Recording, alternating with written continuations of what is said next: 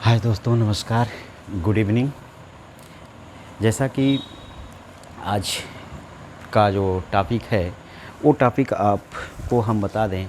आप इस पुस्तक को पहचान रहे होंगे, एनटीए यूजीसी नेट का फर्स्ट पेपर। और ये पुस्तक जो है किसी पहचान की मोहताज नहीं है। इसकी पहचान केवीएस मदान और अंशुबाला मदान हैं। और यूजीसी नेट के जो 10 यूनिट होते हैं फर्स्ट पेपर में, उस 10 यूनिट को इसमें पूरा कवर किया गया है और अच्छे तरीके से कवर किया गया है।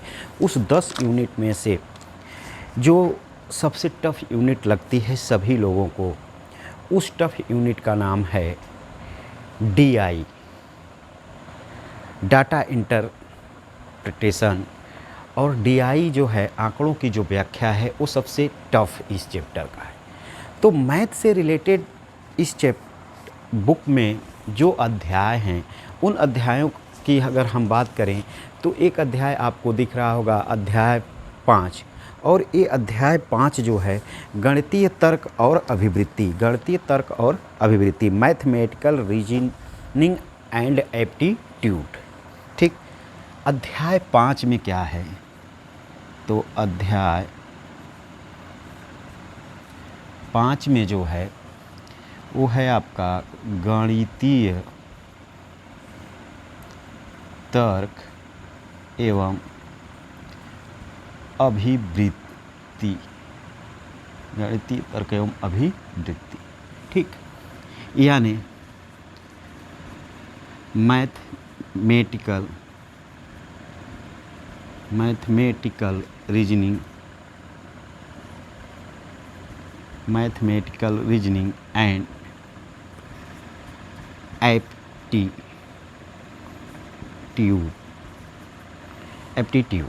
मैथमेटिकल रीजनिंग एंड एप्टीट्यूड जो है कि इस चैप्टर में अध्याय 5 में है। अब इस अध्याय 5 में जो है 5 यूनिट दिया हुआ है। यूनिट फर्स्ट में जो दिया है वो दिया है तर्क के प्रकार, तर्क के प्रकार। यूनिट फर्स्ट में जो दिया हुआ है तर्क के प्रकार है। यूनिट 2 में जो दिया हुआ है, यूनिट 2 में जो दिया हुआ है वो है संख्या श्रेणी अक्षर श्रृंखला, संख्या श्रेणी अक्षर श्रृंखला। ठीक, संख्या श्रेणी अक्षर श्रृंखला। इसके बाद जो है गणितीय अभिक्षमता में इस मैथमेटिकल को तीसरी यूनिट में डिवाइड किया है और वो तीसरी यूनिट में मैथमेटिकल है। मैथमेटिकल यानी गणितीय है। गणित में क्या क्या दे रखा है? तो गणित में जो दे रखा है वो आपका है अंश, दूरी, समय, प्रतिशत के बाद है लाभ हानि के बाद है छूट, बट्टा, डिस्काउंट। इसके बाद छूट के बाद जो है ब्याज है। ठीक, ब्याज है, औसत है, आदि चैप्टर का जिक्र इसमें है। ठीक, यूनिट 3 में। यूनिट 4 में कूट लेखन कूट अनुवाद है, कूट लेखन कूट अनुवाद।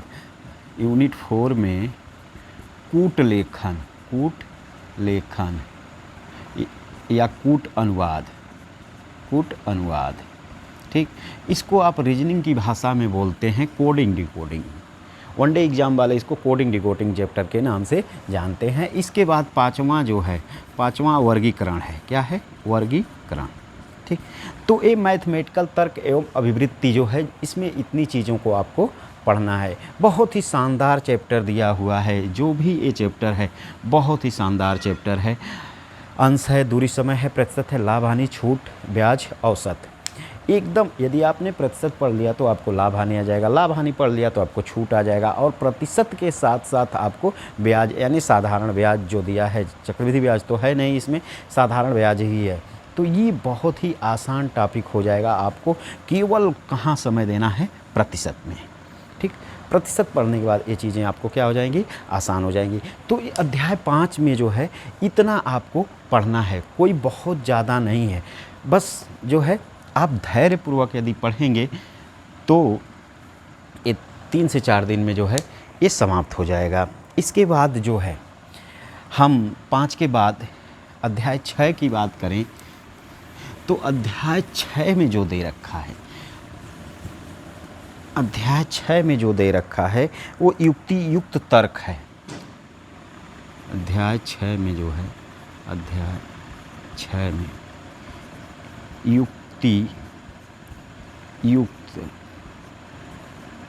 तर्क, यानी इसको कहा जाता है का लॉजिकल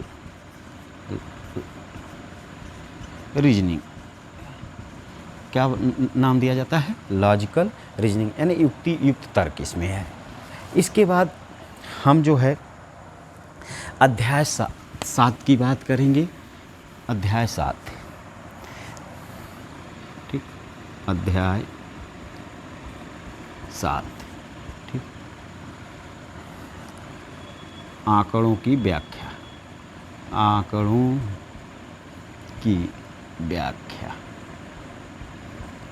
आंकड़ों की व्याख्या, यानी डाटा इंटरप्रिटेशन,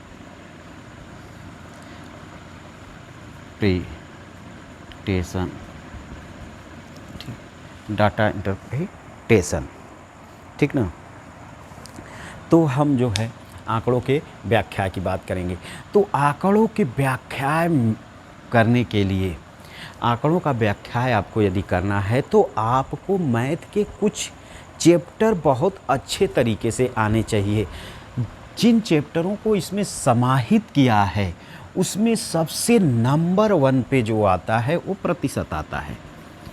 प्रतिशत, प्रतिशत के बाद इसमें दूसरा जो आता है वो अनुपात आता है, रेशियो, अनुपात, रेशियो। इसके बाद एक आता है औसत, ठीक। फिर लाभ हानि भी कहीं कहीं इसमें देखने को मिलता है, लेकिन ज़्यादा नहीं, कम ही है, ठीक। सबसे महत्वपूर्ण डाटा आंकड़ा को हल करने के लिए अगर मैथ के किसी चैप्टर की आवश्यकता होती है तो वो है प्रतिशत, यानी परसेंटेज, ठीक, परसेंटेज का। इसके बाद रेशियो, ठीक, रेशियो, रेशियो के बाद एवरेज, ठीक, एवरेज के बाद प्रॉफिट एंड लॉस। तो ये 3 चैप्टर जो हैं आपको बहुत ही इम्पॉर्टेंट हैं डीआई सॉल्व करने के लिए।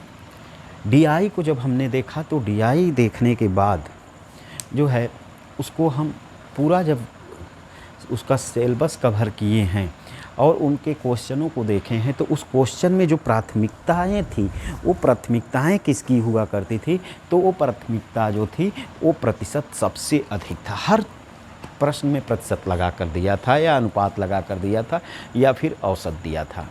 तो कहीं न कहीं ये दोनों चैप्टर इसके लिए बहुत ही ज़्यादा इम्पॉर्टेंट हैं, ठीक। तो यानी डीआई हल करने से पहले आपको एक चैप्टर ज़रूर आना चाहिए, वो प्रतिशत का। डीआई हल करने के लिए आपको एक चैप्टर जो है आना चाहिए, किसका, प्रतिशत का। अब डीआई में दिया क्या रहता है, तो आंकड़ों की प्राप्ति एवं उनका जो है वर्ग, आंकड़ों की प्राप्ति और उनका वर्ग दिया रहता है। फिर गुणात्मक, मात्रात्मक आंकड़े, गुणात्मक और मात्रात्मक आंकड़े। इसके बाद अगला जो होता है वो होता है चित्रवत वर्णन, और चित्रवत वर्णन में आपको क्या मिलता है, पाई चार्ट मिलता है, बार चार्ट मिलता है, रेखा चार्ट मिलता है, दंड आलेख मिलता है, ठीक ना। कभी कभी आप जब पाई चार्ट देखते हैं तो पाई चार्ट में जो है आपको 2 तरीके का देता है, इस तरीके से दे देगा और इसमें 2 रहेगा। एक तो रहता है का, एक तो इसमें अंश रहता है, जैसे मान लीजिए 3 अंश, और दूसरा रहता है जैसे दूसरा वाले में जो रहेगा उसमें प्रतिशत से डिनोट किया रहेगा। मान लीजिए ये है, इसमें दे दे 5%, तो एक तो प्रतिशत पर चलता है और दूसरा अंश पर चलता है, ठीक। तो ये दोनों जो है कि प्रतिशत का तो इसमें कवर हो जाएगा। अंश वाला जो मैथ में आप पहले ही देखे थे अंश, तो ये अंश हो जाएगा। यानी प्रतिशत, इस पाई चार्ट का मान जब प्रतिशत चिन्ह से है तो ये पूरे पाई चार्ट का मान किसका है, कितना है, 100% के बराबर है। अगर ये अंश में है तो ये पूरे अंश का मान मतलब 360 डिग्री के बराबर है इस पाई चार्ट का मान। बस ये दोनों में जो है बेसिक सा अंतर होता है। ठीक, तो ये सारी चीज़ें जो है इस यूनिट को हम कल से जो है आप लोगों के बीच में रखेंगे, और वो जो प्रश्न होंगे वो प्रश्न कहीं और से नहीं, यहीं से आएंगे। आप लोगों के पास यदि ये पुस्तक होगी तो हम अध्याय भी बता दे रहे हैं। अध्याय 5 में यानी लेसन 5 में जो है गणितीय तर्क और अभिवृत्ति दिया हुआ है। इसके बाद जो है कि 6 में लॉजिकल रीजनिंग है, युक्त तर्क है, और 7 में जो है DI है। तो सबसे पहले इसमें से हम अध्याय 5 को लेकर चलेंगे, जहाँ से हम प्रतिशत को शुरू करेंगे। मैथ में जो शुरू करेंगे प्रतिशत में, और रीजनिंग में देखेंगे तो कोडिंग डिकोडिंग या ब्लड रिलेशन, जो भी आप कहेंगे, घड़ी है, कैलेंडर है, अक्षर श्रृंखला है, अल्फ़ाबेट श्रृंखला है, जो भी आपको अच्छा लगेगा हम उसको जो है शुरू करेंगे। तो ये इसको हम कंप्लीट पढ़ाएंगे। UGC नेट के लिए जो है मैथ का जो भी पोर्शन इसमें है उसको कंप्लीट पढ़ाएंगे। इसके बाद जो है कि हायर एजुकेशन इसका, इसके बाद इन्वायरमेंट इस सेशन का, और इसके साथ साथ जो है रिसर्च एप्टीट्यूड के भी कुछ चीज़ें जो है कि हम सॉल्व कराएंगे। यदि ये आप लोग सहमत हैं तो हमसे कल ऑनलाइन जुड़िएगा। अच्छा लगे तो वीडियो को जो है लाइक, शेयर और सब्सक्राइब करिएगा। धन्यवाद।